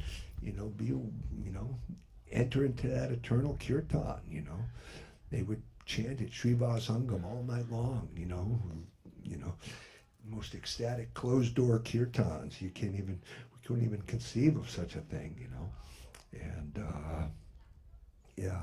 Anyway, so this is it. You know, by this process, the Lord is trying to invite us to the land of love, the Leela of the Lord, the play of the Lord. You know, he wants us to play with him, and not as God, but as our dearmost friend, as our dearly beloved, as you know, like you said, no fear factor.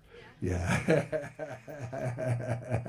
Yeah, that's it. There's no, you know, it's like, I remember one time somebody was like, with Srila Govinda Mela, you know, she's a real nice devotee, but she had some water, and you know, she was giving some water to Srila Govinda Mela, and she was like, had the fear factor. She had the awe and the reverence, and she had the water, and she's like, here, Gurudev, here's your water. Gurudev goes, I should throw it in your face.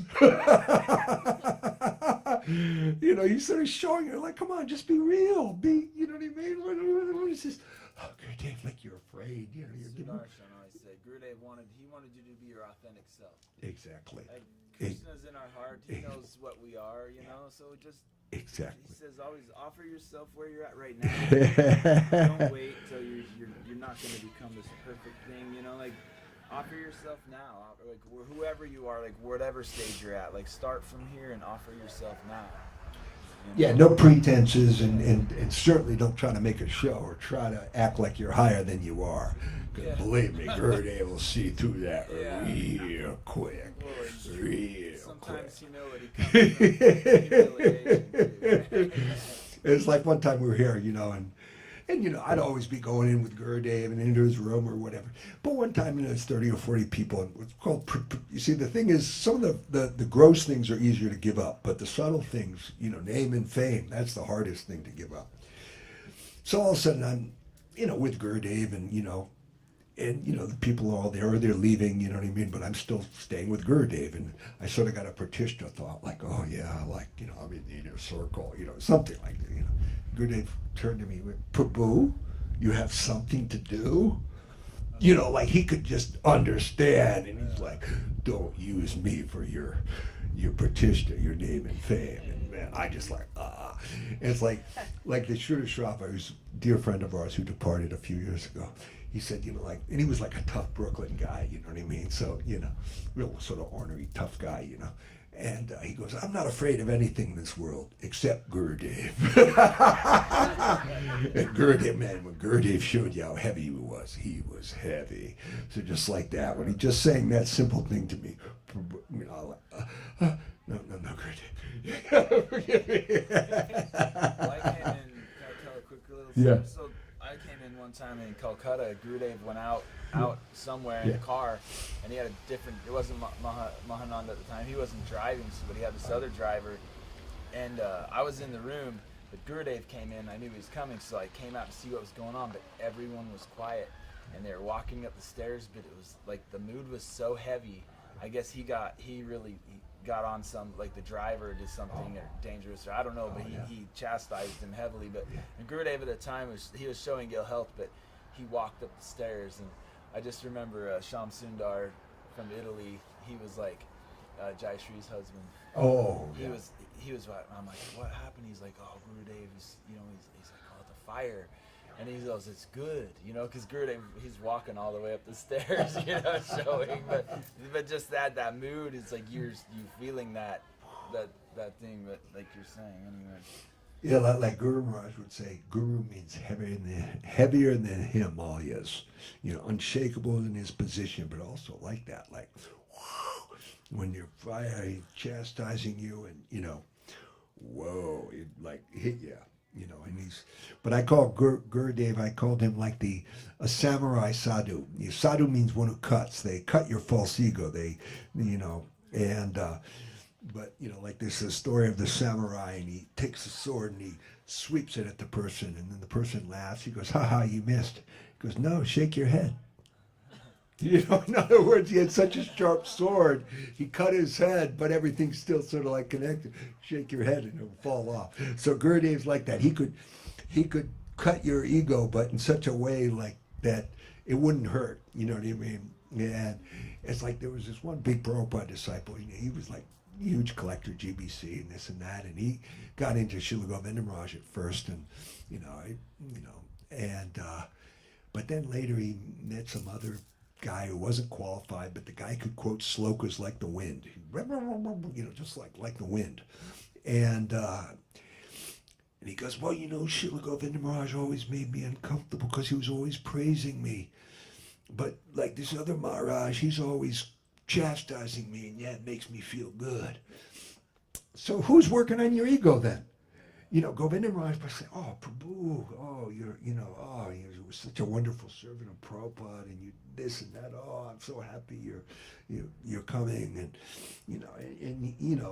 so that's bringing out his humility, and it's a fact, when Govinda Maharaj, somebody like that praises you, it's like, oh my God, it brings that humility out, which is what attracts Krishna. Guru Maharaj would always say, by our negativity, by our feeling fallen, our feeling needy, then we'll genuinely cry out. But if we're thinking, I'm chanting so nicely, I'm falling so nicely, I'm doing everything so nicely, Krishna's like, okay, well, you don't need my help, you're doing nicely.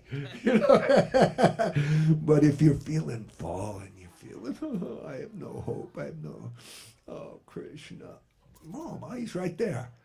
It's like if you have a few kids, you can detect, oh, this is a needy cry, this is an attention cry, this is a genuine hurt cry, and you know which one needs attention. So Krishna, he knows, you know what I mean? So Hare Krishna, Hare Krishna, Krishna Krishna, Shnikiti Ram, Ram, Ram, Ram, you know what I mean? But counting,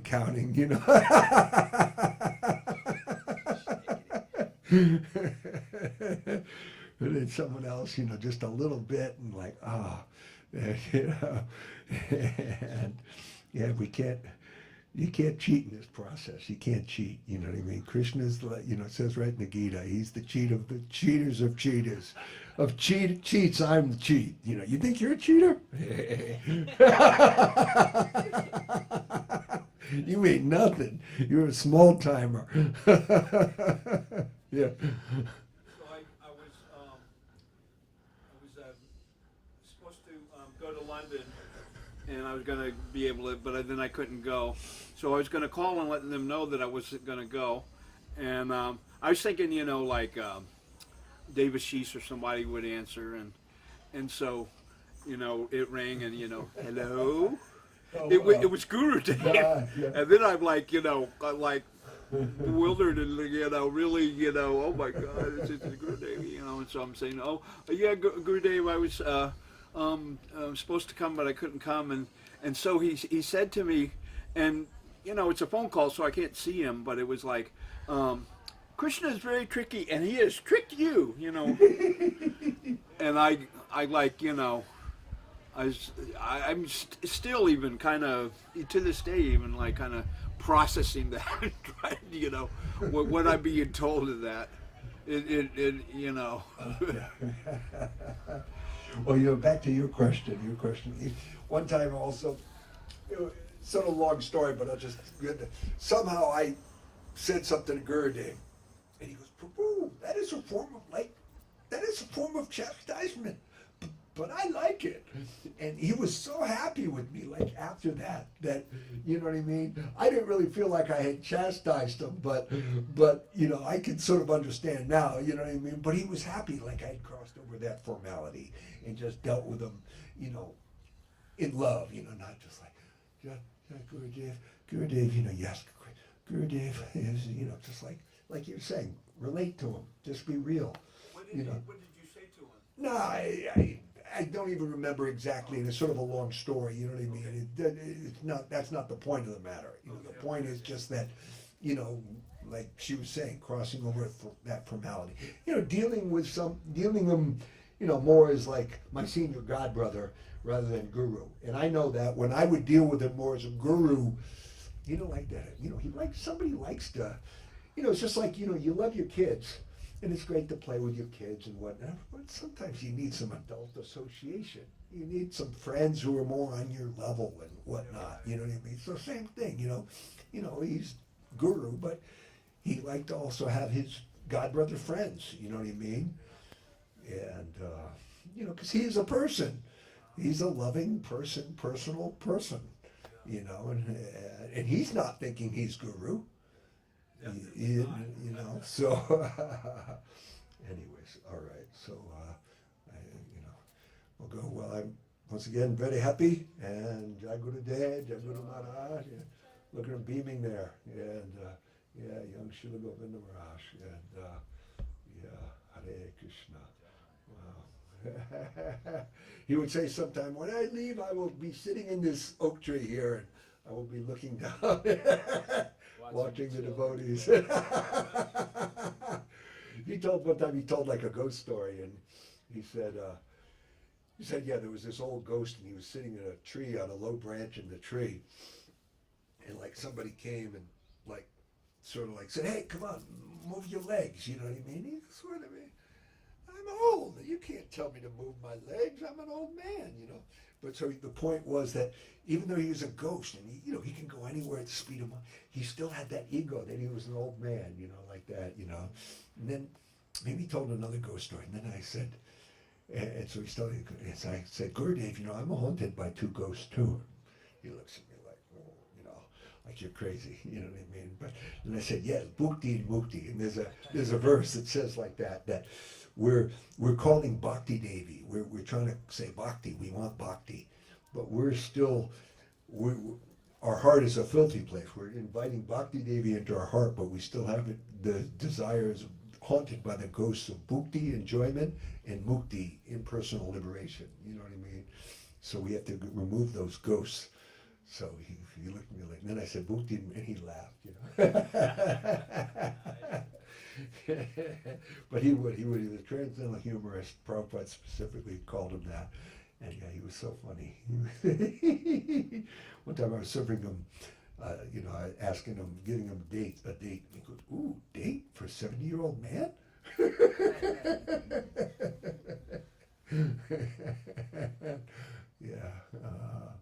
Yeah, he was something else. That's what I'll say. He is something else. And he's still accessible. We cry out to him. He's right there. And so and And that's the way ultimately he said, Guru Maharaj said, if you go to judge a Vaishnava, you see how dear were they to their guru, how much love and affection did their guru have for them, and how much were they in their heart of their guru, and how much love and affection do they have for their guru. That's how you judge a Vaishnava. Not their position as a guru, not their position as a, GBC, XYZ or whatever. You know what I mean? It's that. That's how you judge.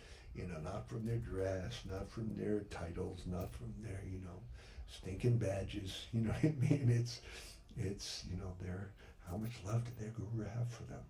So anyway, yeah. And then you give that honor and respect and etiquette I can't remember there. the exact story, but there was something about he told this real sad story. Yeah. And almost like make you cry. And but he wasn't crying at all. He said, after I experienced the departure of my guru, that was the saddest thing. Nothing else is more sad than that to me now, or something like that. Do you remember the exact story? No. Well, I know his daughter. Then his daughter departed and stuff. And yeah. But yeah, no.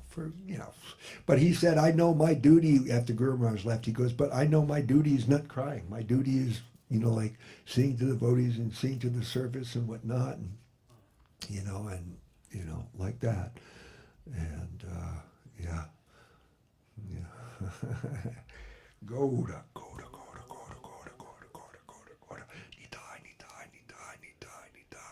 Every moment, Guru Maharaj, he would always go, Nitai, Goda, Nitai, Goda, Nitai, Goda. Because in case I've committed any offenses in my talks, or I'm speaking some high things, I'm going Nitai, Goda, Nitai, Goda, like that. And we're not imitating, we're following in the footsteps, you know what I mean? I would think so. And yeah, so there's a difference between imitation and following in the footsteps, And it's Gordy Tide. It's not like we're saying. Yeah. Yeah. And Goda. Anyways, Nitai. All right, so once again, you bless me all. Jai, you all the Vaishnavas ki jai. Jai Srila Bhakti Sundar Govinda Dev Goswami Maharaj ki jai. Jai Srila Bhakti Rakak Sridhar Dev Goswami Maharaj ki jai. Shri Rupa Nuga Guru Varga ki jai. Shri Shri Guru Garanga Garbika Gidit Hari Ju ki jai. Shri Shri Guru Garanga Gandharva Govinda Sindar Ju ki jai. Nitai Chaitanya Dev ki jai. Giriraj ki jai. All the Vaishnavas ki jai. Nitai Gaura Premanandi Hari Hari Bo. Jagadananda Prabhu ki jai. Hare Krishna. We have many more classes like this. I hope so. They only scheduled me for the one. I always get sort of bummed out, you know what I mean? We can always have more that are unscheduled. The famous unscheduled classes. Yeah, we try to do that. And I like it to be informal like that. I don't want to just give a talk. I mean, I could do that, but I like it when everybody's adding and feel free, and it's not And you think Gurdev, that's the thing about Gurdev, which I can't understand, is that Gurdev, that's how he always did that. He rarely gave a formal talk on formal days or whatever. But most of the time we just go up there, you know what I mean? But then most everybody else like to give him a talk. Let's just sort of, have a quote darshan for him, Anyway. Sorry. Jai Gurudev, Jai Gurudev. Where'd this chair come from, Jaga?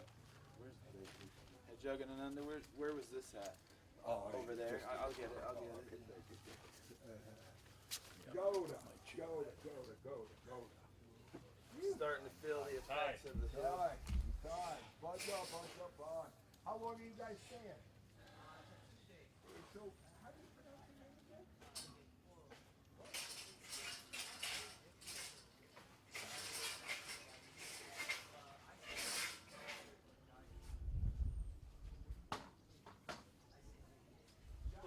Where is it gonna go? The video, like up on Facebook or YouTube or? Ask me wrong. Redneck train wreck. What are you putting away here? I don't know. I need to ask Mom. Raleigh knows all, huh? I need to go back and ask for Alex. You want to bring the fan? Or you bring the fan? I just asked him what he was looking at. Okay.